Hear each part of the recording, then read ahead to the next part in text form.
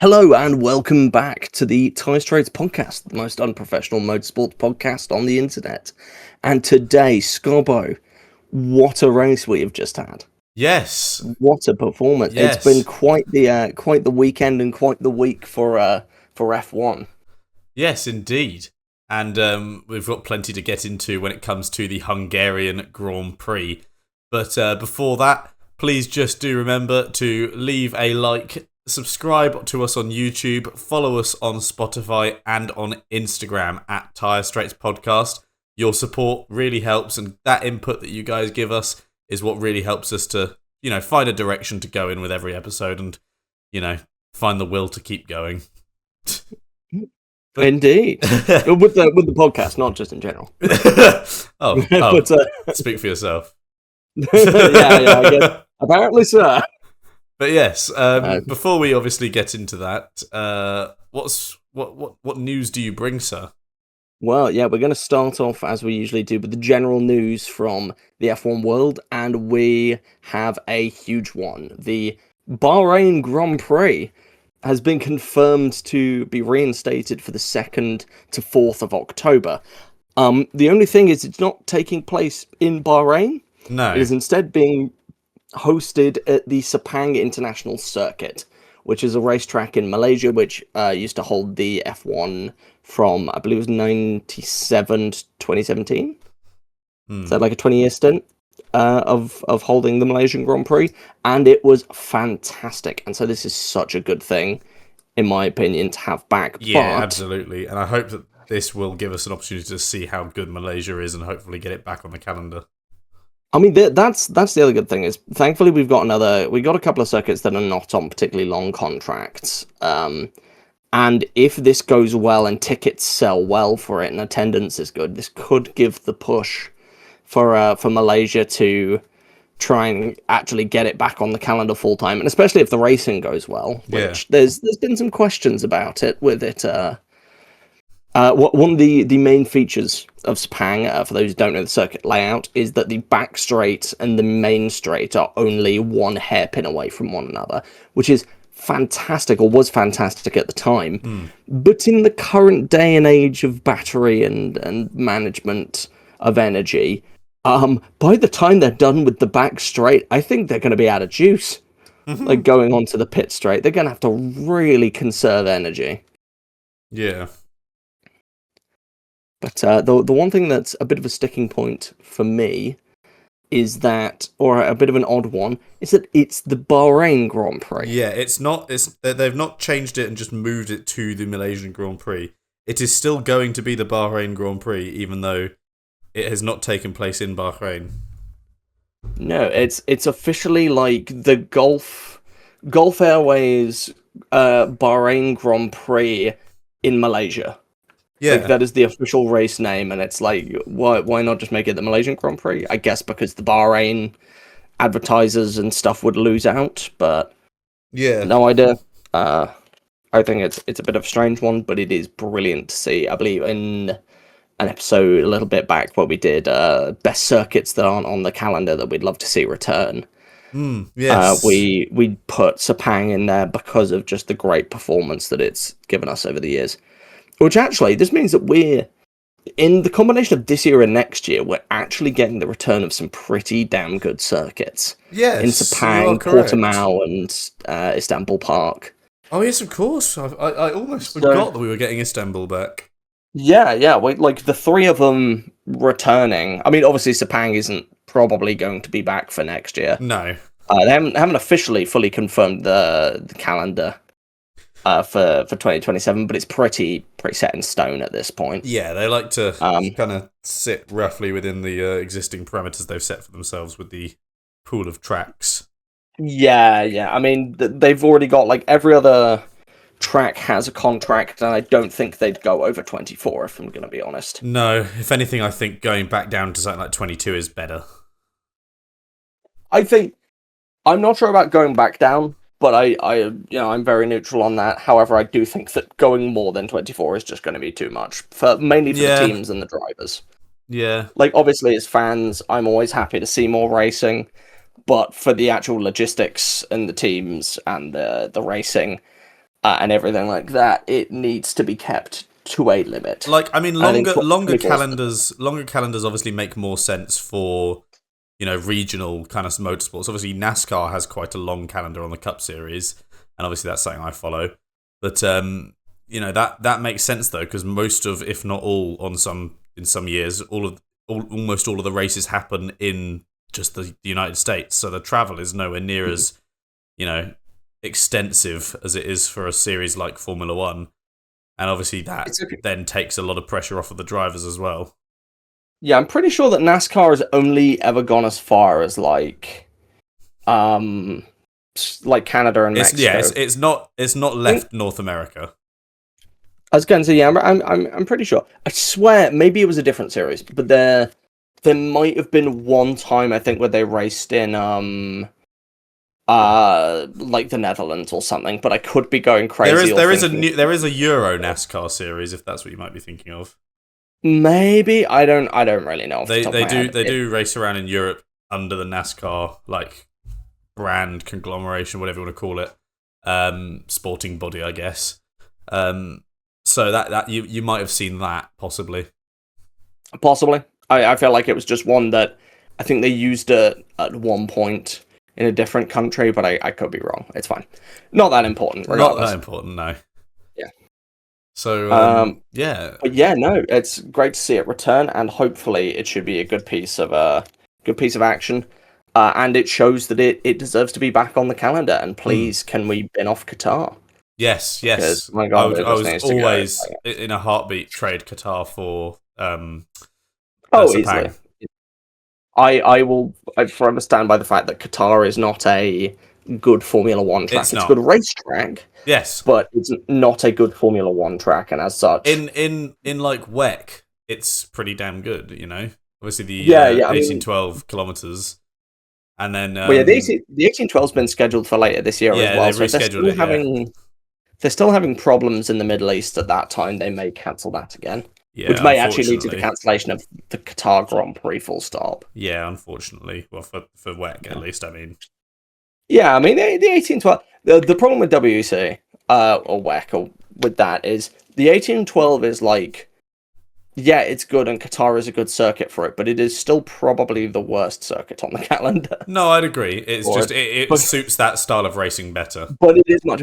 I think for MotoGP, it's really good as well. Yes, you've said, but obviously I can't attest to that myself. Yeah, you have said in the past on this podcast. I mean, I'm next to certain it was designed as a MotoGP track. I believe you also said this. Yes. Yes, most likely. At some point in the past, I've definitely said it. Real and true.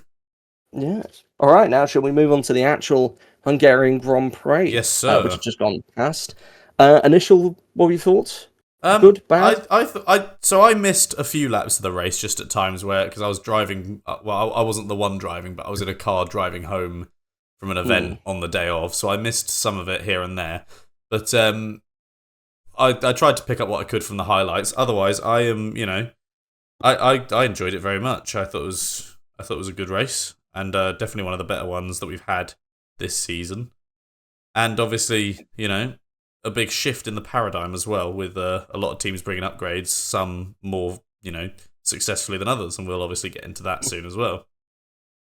Indeed, we shall. It's been a bit of an odd one, bunch of upgrades being brought and them kicking in really well, which has brought a huge shake-up to the order. So we shall get into that first. Just briefly with qualifying, there's a couple of penalties handed out in quali, which ended up befalling Hamilton again, but it was a very blatant blocking. And then Antonelli, which I didn't actually see what caused his incident, but they both had 3-place grid penalties, which put them a tiny bit further back than they would have been. But it ended up with Lando Norris on pole. Yes. Which was brilliant. And then Leclerc joining him on the front row and Piastri in third. Now, for the main race, it was won by Lando Norris, with second being taken up by Max Verstappen in absolutely hauling that Red Bull to where it probably did not belong. Yeah. But putting in some great work for that. Kimi Antonelli in third, very uncharacteristic race for him, and I'm going to be honest, he probably shouldn't have gotten third. Fourth for Charles Leclerc. Okay performance. Hamilton should have been above Leclerc realistically. Sixth for Isaac Hadjar, another sixth. It was just decent performances all around.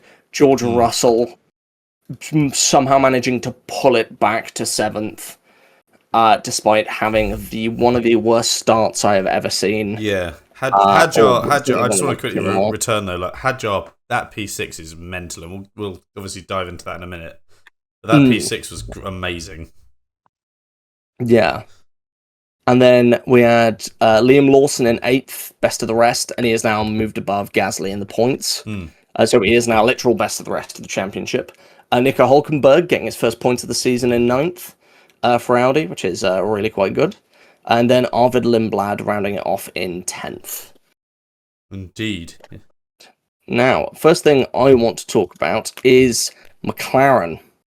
So out of nowhere, absolutely nowhere, they have flown through with a new upgrade package and taken pole, taken the win, and realistically would have probably taken it 1-2 were it not for something I will get into a tiny bit afterwards. Yeah. But absolutely, like, where have they come from? It's shockingly good pace. Yeah, no, I mean, obviously, like, we knew McLaren were top 4 this season, but we knew that they were nowhere near as good as they were last year.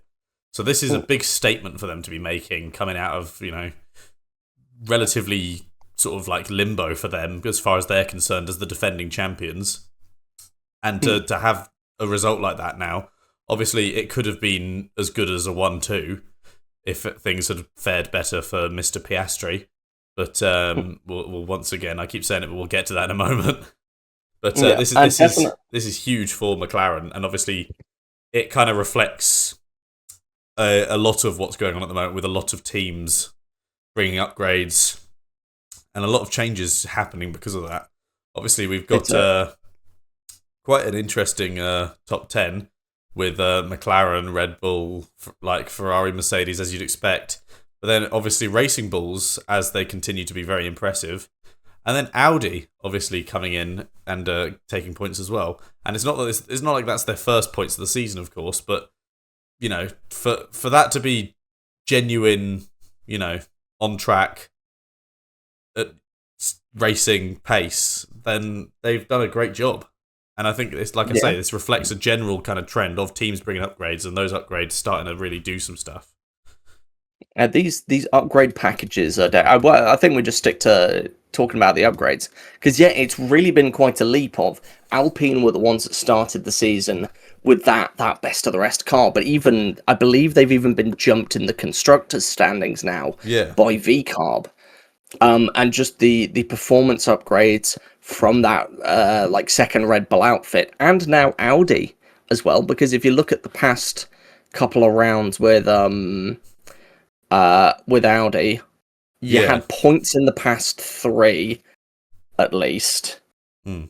And the rest of them. So Hulkenberg's been a bit of an odd one. He's kind of been middling. But you look at Bortoletto, 11th in Hungary, then 8th, 13th in sprint, 11th. Yeah. Like, they've always been just outside of the points, and they've now finally kicked that gear up to jump above the Alpines for the moment.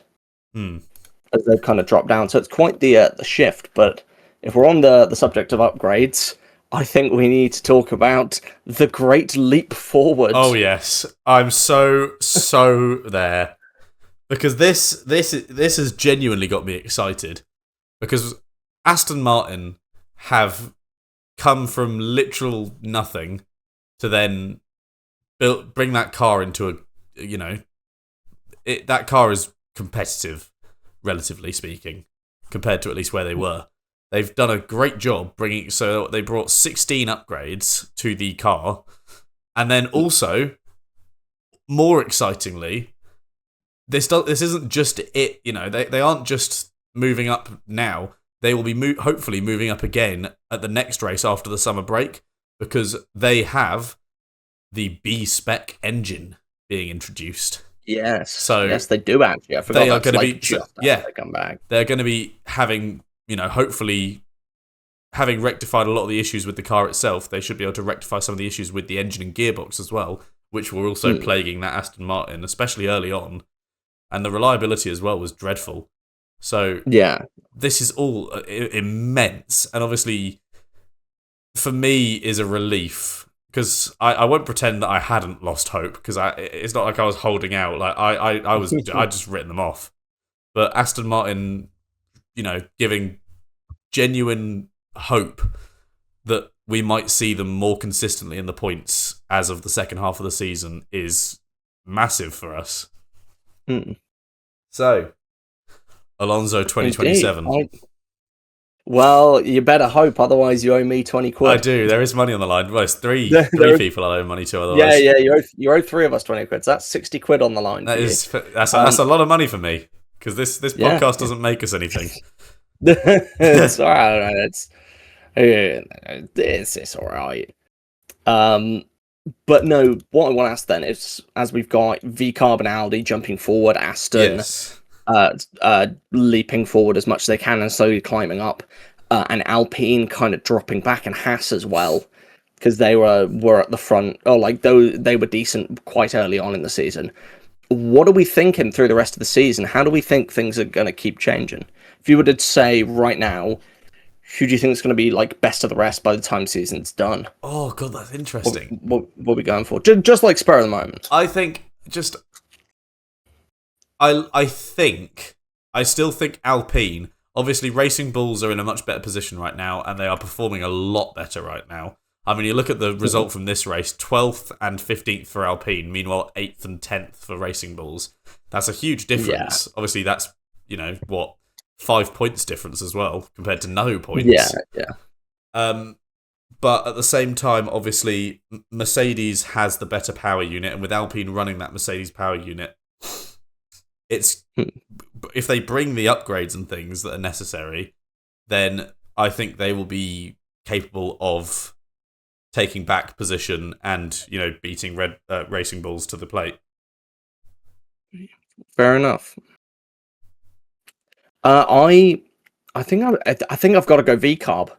I can definitely see that happening as well. Like Alpine, I definitely see that they could turn it around again, but they're slowly sliding back a bit.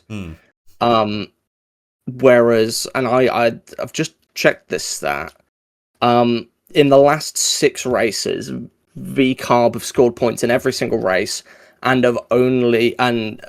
in 5 of them they've had a double points finish. Yeah, which is that is very best of the rest, filling the gaps that's left open by the top teams. Indeed. And I think if they can keep that up, then it's very easy for them to take it. I mean, Lawson is on he's 1 point above Gasly, who has a podium this year. True. So it's really showing the consistency. And actually, just on that, Lawson, what a season! What an absolutely underrated season. He's flying under the radar a little bit. He's not getting the praise he really genuinely deserves. No, he's doing fantastic in it. I mean, don't get me wrong, both the V-Carbs and honestly both the Alpines are having a really good season. Yeah, true. Comparatively. I can't knock either of them too much. Lindblad's having a brilliant rookie season. Gasly is proving why he's still in the sport. Colapinto is showing that he actually probably deserves at least another year. With some pretty good performances. I mean, it was P6 in Canada from memory. Yeah, I mean, Colapinto, and obviously with the uncertainty around Lawson's seat, it makes it even more incredible. He's performing so well, and the rumours with Solov and stuff like that. Yeah, and yet he's obviously he's likely the one to lose his seat this season. Yeah, at the end of it at least. But potentially he could be the one losing that VCarb seat. But I don't actually. It would be a real shame to lose Lawson at this moment. It would, considering how he's performing right now. Yeah, but I think the problem is at the moment there's no way that he'd get another spot somewhere unless there was a shock signing from Audi or something. That's genuinely the only team I can really think. Hmm. But regardless, we've gone a little bit off track. Let's get back to the main but I think it's still Hungarian definitely Grand Prix. worth making the Oh, point. it's fine. No, it's still good talking about it. But yeah, McLaren winning the race, obviously, great fashion with Norris. And I've got to say, the pace from Norris is fantastic. All weekend, all weekend, he has had brilliant pace in that car. He looks so much more settled. But on turn one, the lead was taken by Piastri. And I will say this, I'm not going to go in one camp or the other, but it could very easily have been won by either of them. I honestly think without the gearbox failure, obviously, that took him out of the race, I still think he'd have been odds could have been 50-50 for me. I think I would say 60-40 to Norris. Yeah, okay, no, that's fair. Especially after obviously the science issue that we can get into in a sec. I'm not even that much of a Norris fan, but I'd say Norris definitely had the legs on Piastri. But Piastri was not being a slouch. Like, he was keeping good pace. Unfortunately for him, he had a pretty rough incident, and on two regards, because on the first part, this is a 3-part story actually. First part, McLaren decide to pit him into a bunch of traffic. Yeah, and for those who don't know, this is the third year in a row where we are having to talk about McLaren doing a questionable strategy call that has screwed over one of their drivers. Yeah. And thankfully, this is the least bad of them. But essentially, pitting Piastri into a bunch of traffic means that outlap is going to be massively compromised. He's going to lose a bunch of time, and at a circuit like Hungary, where it is really easy to be undercut, it is going to be extra bad if you're being slowed down by people stuck in front of you. Part 2, Carlos Sainz. Oh god, man! It's so bad. This is one that started as like a bad incident, but has kept getting worse worse the more you look into it. Because on surface level, you look at this and realize, okay, yeah, Piastri is stuck in traffic. It looked kind of like Sainz was trying to get out of the way so Piastri could take the racing line, and just slammed into him. Yeah. And then you watch the footage, and then you realise that no, Sainz just fully cut across in front of Piastri. Ignoring the blue flags. He cut across in front of Piastri, and it's like, okay, that's really bad. That's obviously him causing the collision. Then you hear about the fact that he went past 8 blue flags before that incident, and did not let Piastri past at all, because he was trying to fight with Alonso for, I think it was like 18th or 19th or something like that. But he was fighting right down the back and refusing to give way to Piastri entirely because he wanted that overtake on Alonso, because he was close. That is still not reasonable. You still need to get out of the way. So 8 blue flags. Then what happens is he says, oh, I didn't see the blue flags. There must have been an error with the system. And then so they've checked the blue flag system, and there's been nothing wrong with it.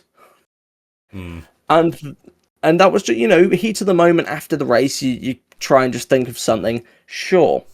You then have the realization that the team, the actual race engineers on the pit wall, said to Sainz to get out of the way because of the blue flags, and he still didn't.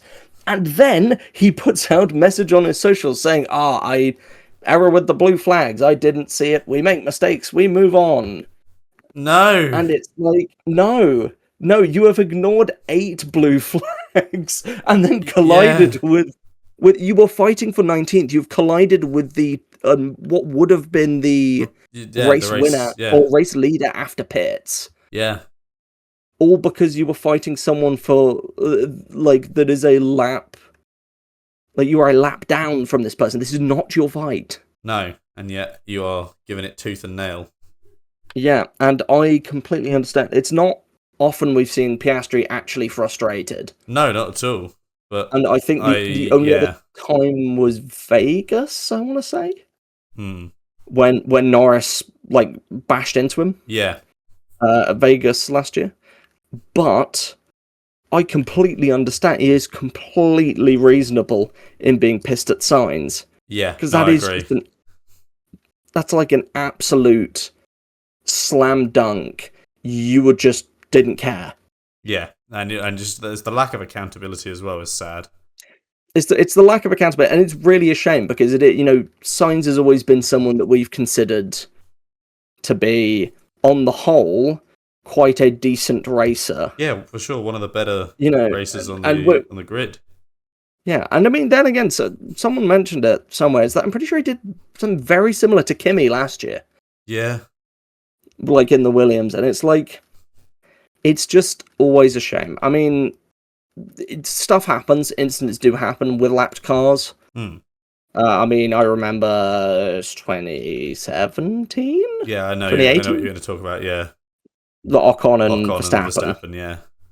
Yeah, but, like, that was controversial then, and this is controversial now. It's no different. Take accountability. No, indeed, I agree. Yeah. And even then, that was different. That was Ocon trying to unlap himself. Yeah. Like, he was doing something that he was technically within all right to do. Yeah, exactly. He just did it. He just did it in a stupid way. But regardless, and then the third part of this story is Piastri has a gearbox failure, unfortunately, and is out of the race. Yes.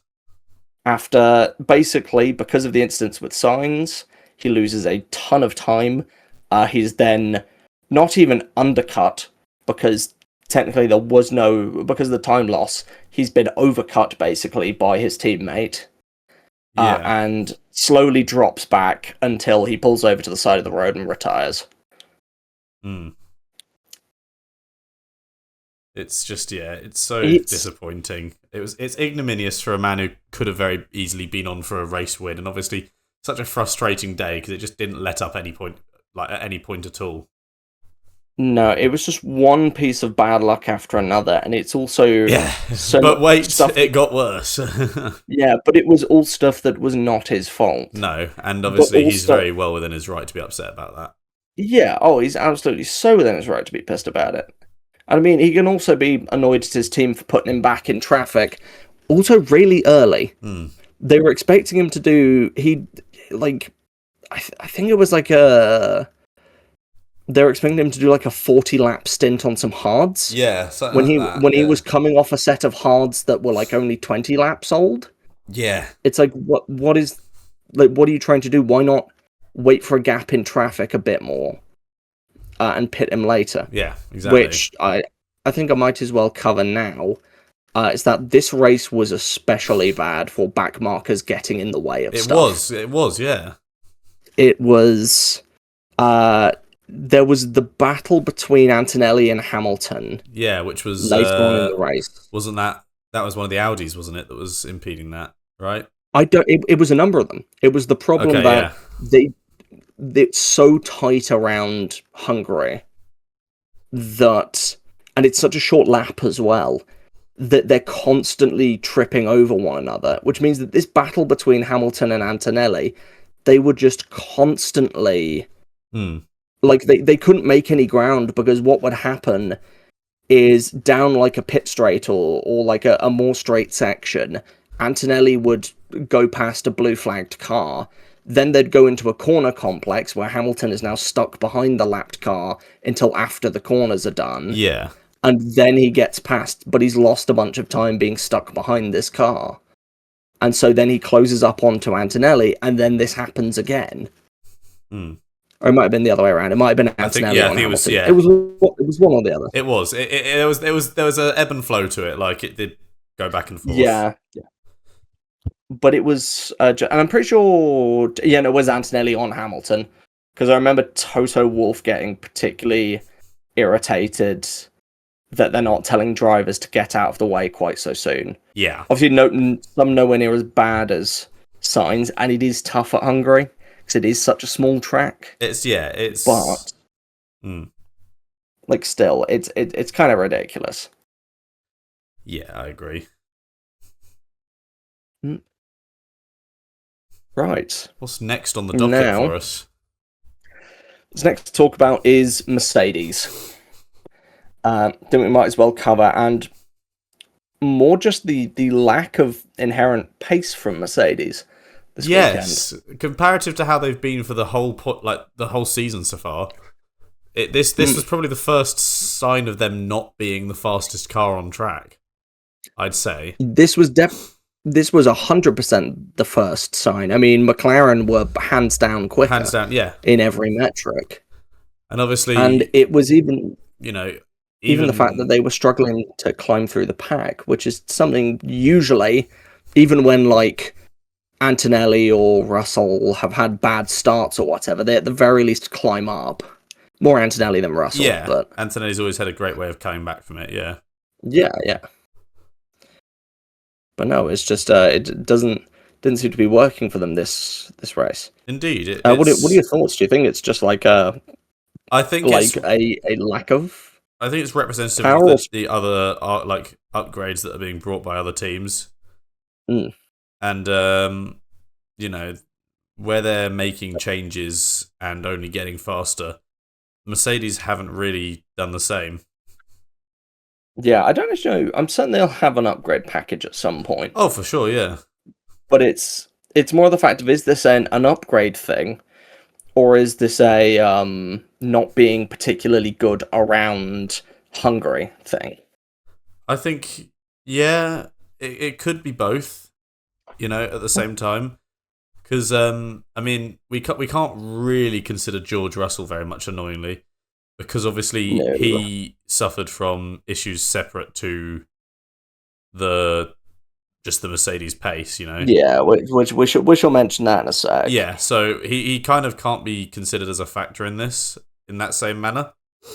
But the general sort of pace of the Mercedes was not as strong in this race, and they weren't quite as prevalent. Yeah, I'd probably agree, just generally. But no, speaking of George, let's move on to that, where it just seems at the moment Russell has had a streak of bad luck. He really has, yeah. I'm certain there's going to be someone in there that is going to say it's Mercedes sabotaging him, but nowhere near as many people as when Hamilton indeed had bad luck at Merck. But it's the fact that it was something like last week. They were like, oh, we found out one of the reasons why Russell isn't, like, as quick or is struggling so much is because of a software issue. Yeah.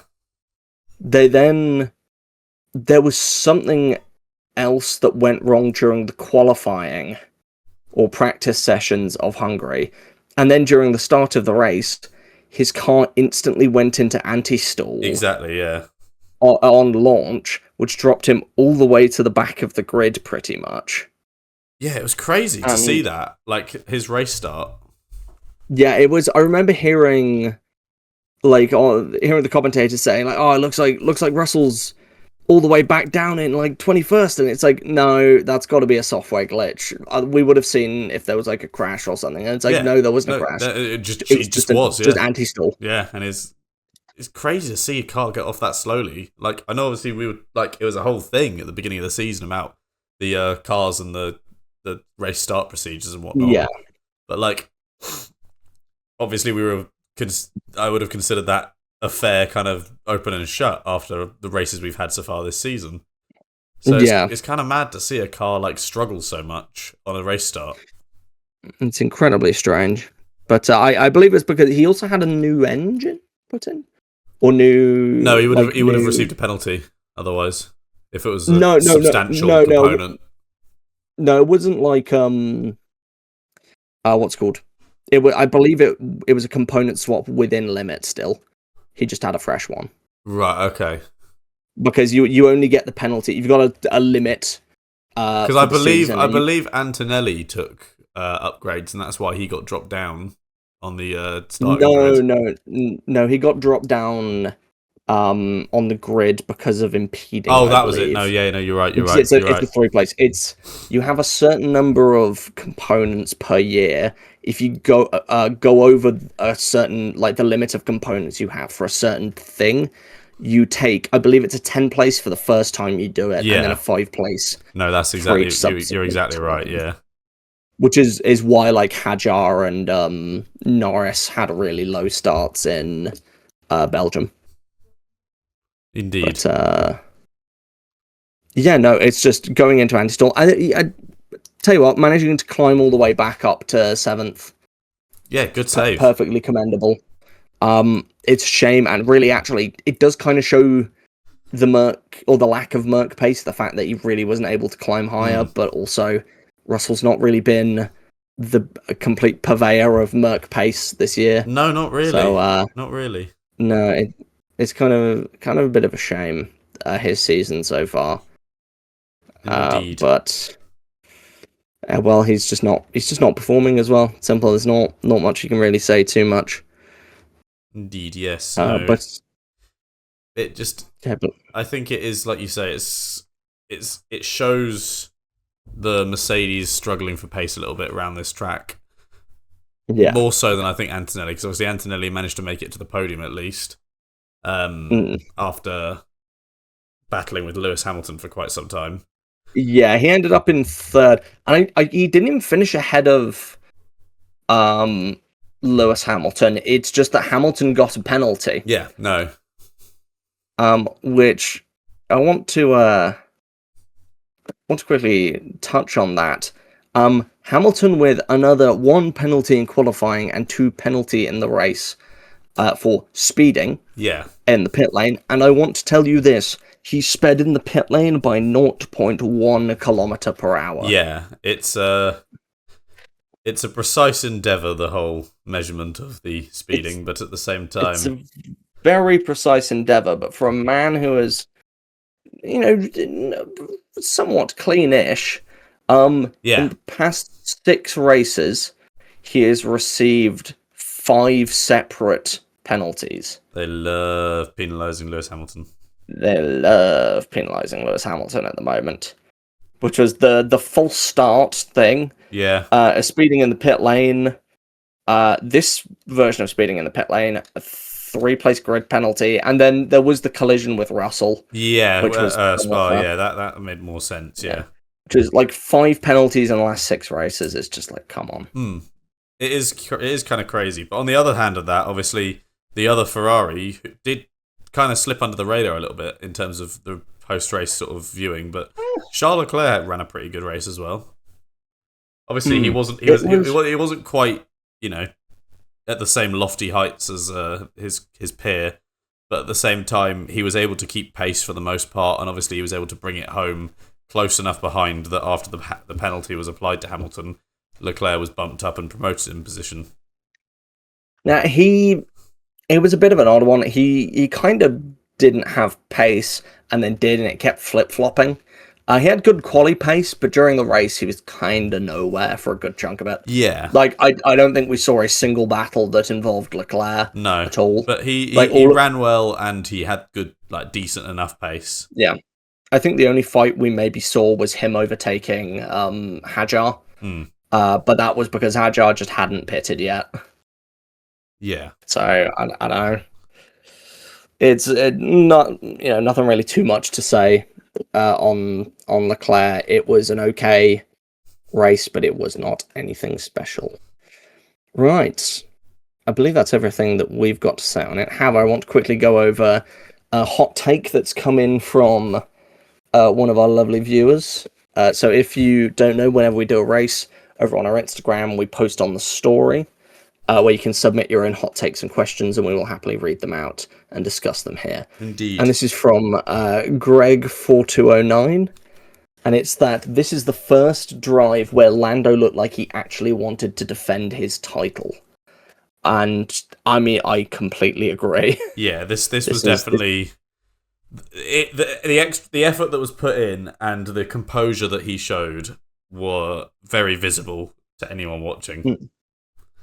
He's driven pretty decently this season, but also he definitely has not had the pace. So for that title defense, this has so far been one of the weaker title defenses we've seen in a while, mainly like as a season, just because he hasn't had that performance. Yeah. But definitely this race, he showed both the best of his driving ability and that McLaren's upgrades, which I think we've said this a couple of times before, or maybe I have. It's that the McLaren it doesn't always start the best car, but they're so good at upgrading. They do really, yeah.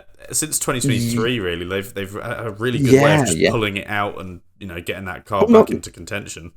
Not even 23. I mean, even going back into like 2021. No, I know, but to get that car in a position to win sprint races in 23, obviously, and then going forwards to win Grand Prix, and then there. Well, it's my point is just like by the mid-season, they're so good at like developing that car to be performing well and getting podium. Like 23, they started the season right down the back with a double DNF. Yeah, exactly. Yeah, they've managed to turn it around massively.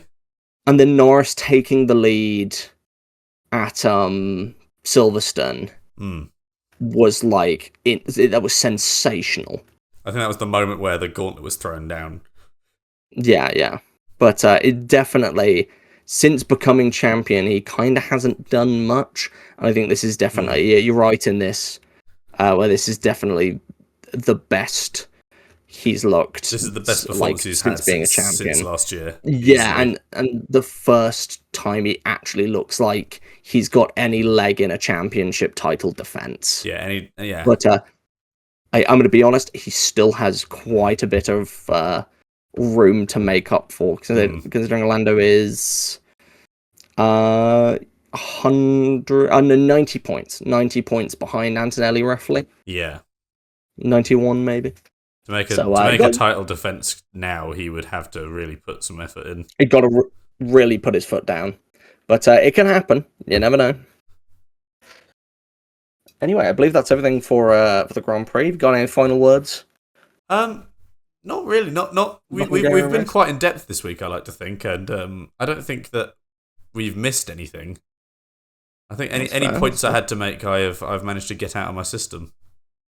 Yeah, I think generally, the only thing I want to say is shout out to Audi for like nearly getting double points. Yeah, it's pretty good on the whole.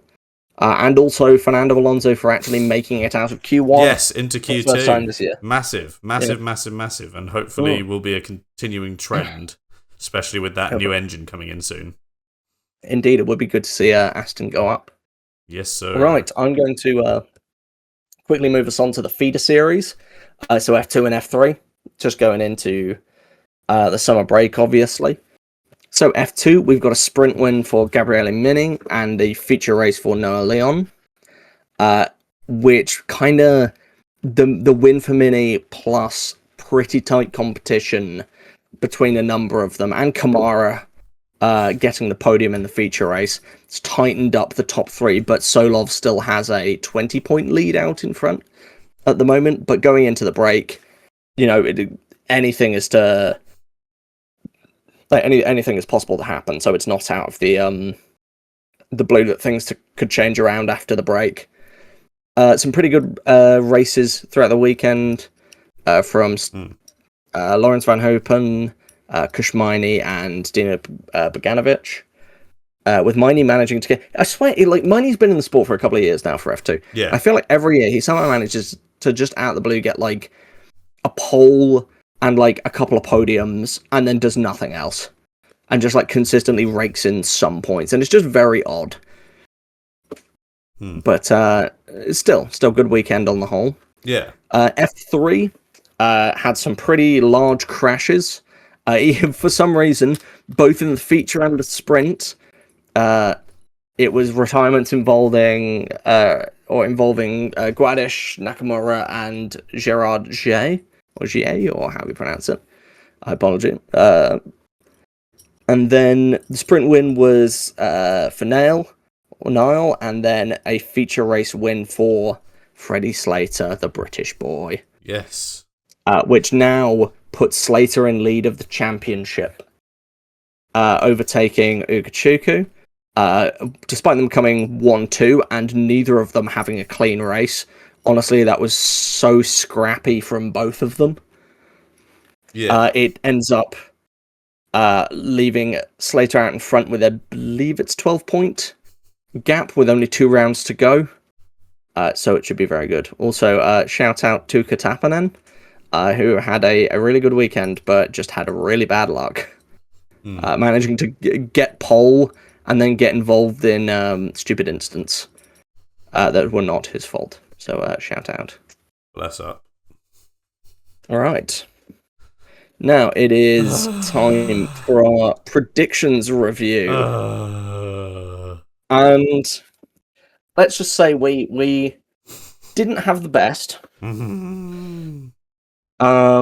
So, Scobbert, if you want to start us, what did you do for race winner? I went with what seemed like the boring, obvious choice, Kimi Antonelli. I was looking to make up some points, and it seemed, just like the Antonelli train, there are no brakes on it, and yet this race, not to say it came to a screeching halt, but they've definitely slowed down to save some coal. Stopped at a level crossing. But yes, that is the case. It was when you put Antonelli, I was like, okay, that's for certain a slam dunk point for you. But somehow I managed to actually get closer to a point with Verstappen. Who I put for the race winner. I actually suspected that Antonelli was going to be in the lead for most of the race, and then some incident or reliability issue would happen. Yeah. But it was neither of those things. It was actually just Norris having wild pace. Yeah, I don't think either of us could have seen that coming. No, realistically, I would not have bet on it. Right. Race winner? I went for... Oh, sorry, no, you first. No, by all means. No, you first. All right, I went with Lance Stroll. I just had this nagging feeling that he was overdue being a moron, and I am left pleasantly surprised, and yet I still feel like it's the moment's coming. So you're in... I can't say that I have succeeded there at all, really. I would say not, considering he has A, beaten his teammate, and B, put in his best performance of the season. Well, I mean, he only beat his teammate because they left him out on fucking 8, softs for like ages. Yeah, exactly. They just forgot about him. They got up to 10th, and then they just went, right, oh shit, Fernando's still out there. Yeah. So, but once again, best performance of the season from him as well. So. Like, as much as, realistically, he shouldn't have finished above Alonso. You can't take it too much with how my predictions have been going. I might start charging to predict that certain drivers will win or become race winner or something, just because then obviously the opposite will happen. Yeah. Yeah, might be a shout. Now, flop of the top. No, you haven't done your race spinner. Oh, sorry, I forgot to do my race spinner completely. Completely losing the track of things.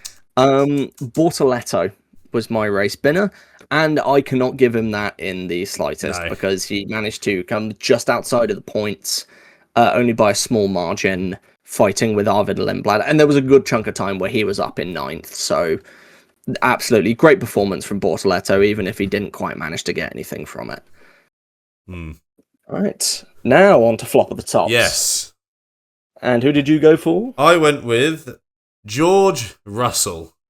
And while obviously he had that rather poor start, and I was rubbing my grubby little mitts together, he obviously managed to claw it back up quite impressively. And considering that Oscar Piastri definitely had a worse time than him, there's no world in which George Russell was the flop of the tops. Yeah, I kind of agree. I'd say if Russell hadn't managed to make up the difference. Yeah, if he hadn't got quite so far back, then... realistically, if he hadn't managed to climb up, I think he would be flop, but the fact that he managed to make it up to 7th, probably the best he could have done, having basically started 21st. Yeah, pretty much. So I would give that to Piastri instead. Definitely. And for me, I went for Lewis Hamilton, which definitely wasn't right, considering he was on for a podium for a good chunk of time and was battling up the front the whole race. easily had the leg on his teammate in actual performance, even if he got dropped back because of a penalty. Yes. Yeah. And then finally, the wildcard prediction, something a little bit out there, or just something that might happen. What did you go for? So I went with both Cadillacs finishing the race, and once again, I've cursed them because neither Cadillac finished the race.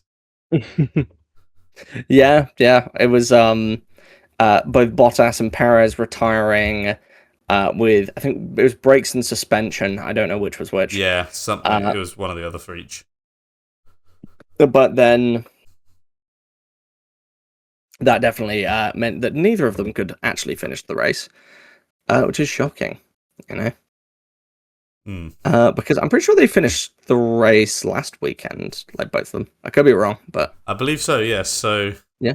Unfortunately, and very unfortunate luck. But for my podium, my prediction, I went for no Ferrari drivers on the podium, and thanks to that penalty from Hamilton, I was right. Yes. So I get that point for Norris, Verstappen, and Antonelli. Which actually, I just want to completely mention, so far this season, there has not been a single repeat podium. No, actually, you're right. Every single combination of drivers has been completely unique. Yeah, true. Which is very interesting, actually, for it to have gotten this far in the season. Usually we have at least like the same thing. And it was something else that got pointed out to me as well. It's that we've not had we were talking about this is the Mercedes season, you know. We've not had a Merc 1-2 since China. Oh, God. Like, we're at the summer break. There have been 2 Merc 1-2s, and it's the first 2 rounds, and that's it. Which is wild. Crazy. Looking on like how much we were saying, like, yeah, the Mercs are just going to dominate everything. Yeah, we really did think they were going to sweep. Yeah. All right. That means that leaves us points-wise for the predictions on 11.5 to me and 10.5 to you, Scobbert. And at the end of the year, we shall tally up the points, and one of us will buy the other a silly little present of some variety. Hell yeah.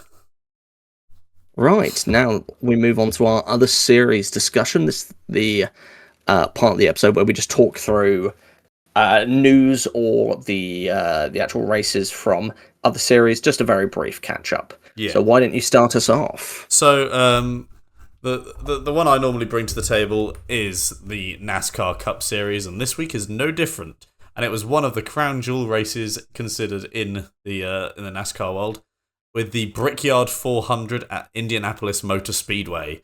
So one of those fabled racetracks.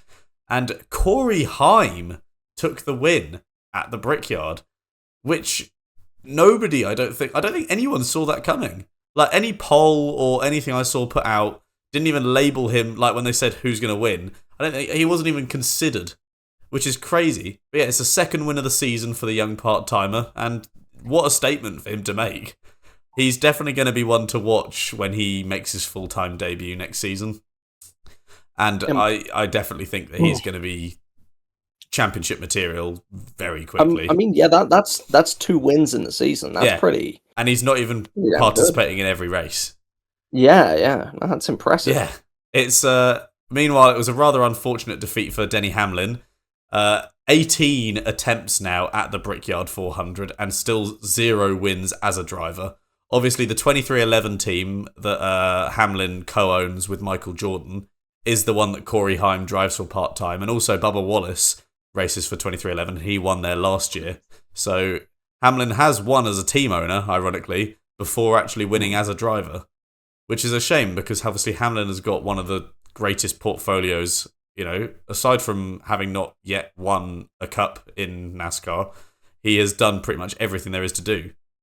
But yes, and he was leading on the final restart, but he had to lift for Haim after an aggressive block. And then, meanwhile, speaking of ignominious defeats, it was yet another one for the defending champion Carl Larson, who is just having a bit of an awful season, to be honest. It's been a bit hellish for the number 5, because he keeps finding himself DNFing. And then I think the big sort of story that has come from Indianapolis, though, as a result of everything, is a lot has been made about the current gen cars and their aerodynamic packages not producing great racing for the lead, at least in Indianapolis. It's been a bit of a trend for the last few seasons where they've gone to Indianapolis and the races haven't actually been that great. And as far as I can recall, I couldn't watch every lap, one after another. But I don't believe there was a single green flag pass for the lead in the race that wasn't because of a restart or a pit stop. Which it's obviously an issue with the current, with the as they're called, the next gen cars. Or the current gen cars, sorry. But because at the same time, it's contrasted rather candidly with an epic showdown in the O'Reilly Series race at Indianapolis, sort of like the F2 support race for an F1 race. The O'Reilly Series is like a lower division. And on the day prior, we saw Carson Kvapil run down and pass Ross Chastain for his first series win under green. It's just some great racing in that race, and it's a shame that a race that is considered to be one of the big ones in the series just hasn't produced much good racing lately.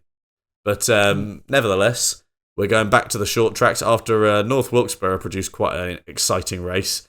We're going back to the short tracks for Iowa Speedway, so that's bound to be exciting at least. But yes, stay tuned for that next week. Is that next week, or is there a week's break? You raise a good point. I think it's... I feel like there's a week's break. I don't really follow NASCAR, but... actually, you're right. You're right. It is the week's break, yeah. Yeah. It's not often that they have them. That's why I'm always just next week. Yeah, you're right. No, it's fine. It's because it usually is next week, but I distinctly remember looking at what other series is on for next week, and the only thing that either of us really keep track of is the WRC. Everything else is on break. Yeah. But yeah, I am now going to talk about Formula E. It's the Tokyo E-Prix at the street circuit, and we're going into the final couple of rounds, with this being the penultimate set of races. We've got race 1 was won by Dan Ticktum on a final lap overtake, with honestly some wildly, incredibly mature action from him in racecraft. The guy was sitting in second and actively said to his engineer, it's like, I'm not going to go for a crazy overtake. I'm happy sitting in second unless he fumbles. Which is incredibly mature from a guy who has been so normally has just been fucking it up the inside of someone and goes for overly aggressive moves. But that final lap, managing to just squeeze around on Jake Dennis, getting that win, brilliant for him considering he's not had a particularly good season, and trying to secure himself a seat for Gen 4, which I believe he probably will continue with Cooper Kiro, but we shall see. Race 2 was won by Nick De Vries, an incredibly close fight with Nick Cassidy and Jake Dennis again, after a red flag that was caused by a massive pile-up from Ericsson, Mortara and Mitch Evans, which Mitch Evans is the big one that is a shame with that, because I believe, Mortara is pretty high in the championship as well, actually. He's 5th, whereas Evans is 2nd at the moment, only 2 points off. Great weekend on the whole from both Jake Dennis and Nick Cassidy, finishing in P2 and P3 in both races, just swapping around. Dennis was P2 in Saturday and P3 Sunday, and Cassidy the other way. And then also the retirement and lack of points finish from Pascal Wehrlein in the 2 races is massive for the championship points, which now let Jake Dennis take the lead, with Mitch Evans in 2nd, Wehrlein in 3rd, and the 3 of them are all separated by only 5 points. And we go into the final round. Only the London E-Prix to go. I really wanted to go this year because I went last year. It's a fantastic circuit. Being inside I was sitting by turn one. It's fantastic spectacle, pretty good for a day out at the XL Centre. Obviously before they moved to Brands Hatch, but with these final 2 races to go, only 58 points up for grab, and there's still 9 people that are technically able to win it. It is absolutely all to play for who's going to take the championship. Damn. Now, that's all of the actual motorsports rounds that have gone on this week gone, but I want to quickly talk about a couple of bits of news. For MotoGP, there's some more contract stuff. We have Fabio Quartararo, the 2021 world champion, is confirmed for the Honda Racing team, and David Alonso, the rookie currently in Moto2, in 4th, is confirmed for Honda next year as well. The only thing is that Alonso, while he has been confirmed to join the Honda Racing Corporation, it's not decided which team he's going to be in. Much like for you, Scott, it's kind of like with Red Bull, in the fact that if you're a Red Bull driver, you can go in either team. Like, you're still contracted as a Red Bull driver. Yeah. It's that kind of thing. Yeah. Where essentially they've got Fabio Quartararo locked in for the factory team, and then the satellite team of LCR. They have Johan Zarco and Diogo Moreira currently the 2 drivers, but if Moreira continues good for the rest of the season, or if Zarco isn't able to return for next year, then they could shuffle them around in any spot. So it's undecided for Alonso, but Quartararo to HRC, that was kind of like a one that was known in advance. And then finally a bit of information is just that for IndyCar, Dreyer and Rainbow Racing is set for a full season in 2027, the first since 2012, because usually they run just 1 car every year for the Indy 500, which I think is usually, certainly recently, it's been Jack Harvey, I swear, from memory, who races in that, but maybe someone else as well, maybe like Connor Daly or something. But in 2027, they're doing a full season with a chartered car from Rahal Letterman Lanigan Racing, which means that one of their entries is going to be dropped. If I were to take a gamble, it would probably be Mick Schumacher. As much as, I like Mick Schumacher, and it's nice to see him do well. He has definitely performed quite badly this season in IndyCar on the whole. There's still time, though. Or he could be moved across to there. But it's good to see that happening. And I think it's the first usage of a chartered team for a little bit, which would be pretty good. Maybe they just bring back Jack Harvey full-time. That'd be fun. Mm-hmm. Why not? And I believe that's it for the series discussions. Yes, I don't believe I have anything else to add. No, and as such, I believe that is it for the episode. Indeed. And that's also it for the first half of the F1 season. Oh yes, How do we think it's gone so far as we're going into the summer break? I've got to say, I think it's been a bit better than I was expecting it to be, but not loads.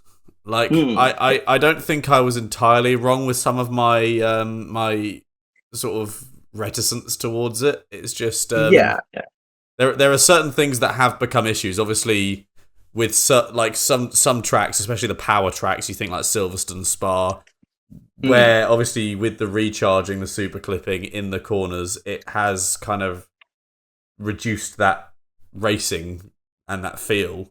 But aside from that, other aspects of these regulations have been surprisingly good, as far as I'm concerned. So I'm a mixed bag. On the whole, I'm more positive than I was when I started the season. But at the same time, I don't feel like I've exactly been proven wrong either. I distinctly remember just how much vitriol there was for these regulations at the start of the season from you and others. Yes, I was very, very negative, and I don't think I was entirely wrong either. I think it's one of those where there's been a lot of teething issues with these new regulations, and they are being ironed out, but there's still problems, and we just have to see just how much they manage to sort stuff. But we'll definitely be talking more about that in our next episode, which is mid-season review. We'll where be we're going gonna, over everything. going over the season, going over how we think certain drivers have done throughout the year. Our We're gonna standouts. our standout performances. We're gonna go through our predictions that we set for the first half of the season, all the way back in, oh goodness, when would that have been? February? February, I want to say. Yeah. Yeah, would have been back end of February. Crazy. And it's absolutely, and just with it being halfway through the season, I also just want to take this opportunity to say, if you've been keeping track of us, supporting us in any way possible throughout this time, thank you so much. We genuinely love doing this, and obviously we don't do it for profit or anything like that. Entirely for fun. So if we're able to, But if we did start making money, trying to have a heartfelt moment here, Scott. Oh shit! My bad, gang. My bad. But it's more the point. We genuinely enjoy doing this, and if there's anything you want to see content wise or any way we can improve, then please say to us, because we love doing this and would love to keep it going into the rest of the season and maybe even years to come, whatever works. Or any different changes in content is the other thing as well. If there's any other kinds of videos you'd like to see from us, we have got some plans, but nothing executed yet. Nothing executed, nothing set in stone, but we shall see. Yes. And with that, I believe that's everything. Yes. We shall see you next week for the mid-season review. Thank you so much for listening all this way through to the end of the episode. If you have, follow us on YouTube, Spotify, and Instagram. If you have enjoyed, it'd be very much appreciated. And I think that's goodbye from me. And that's goodbye from me.